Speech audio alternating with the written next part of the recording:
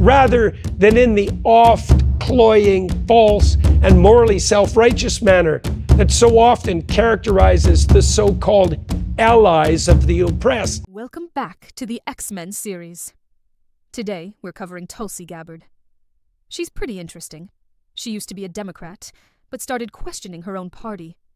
It's like when Wolverine in X-Men decides he won't just follow orders blindly. Gabbard stood up against endless wars, called out censorship, and eventually walked away from the Democrats. Here's what Peterson has to say. What is Lieutenant Colonel Gabbard like on the personality side? Moderately extroverted, higher in assertiveness than enthusiasm. She is no giggling girl. Perhaps her military experience mitigated against taking that sometimes charming, but often too easy route. Markedly low in neuroticism, as befits a woman who pursued a true military career. Agreeableness?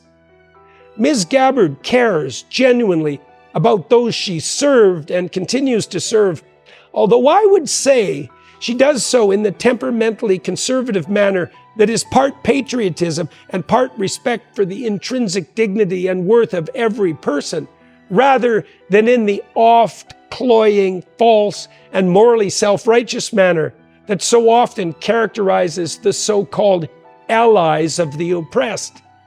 On the side of the progressive left, she's also very smart, without the more showy brilliance of Ramaswamy, who we still have to discuss, down to earth in that intelligence, and is as conscientious as you would hope an ex-military member and influential political leader might be.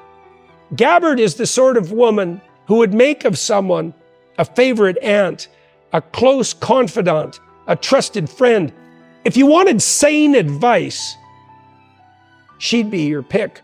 She doesn't have the stunning entrepreneurial flair of Musk, Kennedy, or Ramaswamy, but her presence on the X-Men team would add to that excess of plasticity some true stability, the other personality meta trait. This is particularly important when the team in question will be tasked with so much administrative and managerial responsibility. What are your thoughts on Peterson's analysis of Gabbard? Do you think his assessment of Gabbard's potential contribution to the X-Men team is accurate, or would you see her role differently? Drop your opinions in the comments below.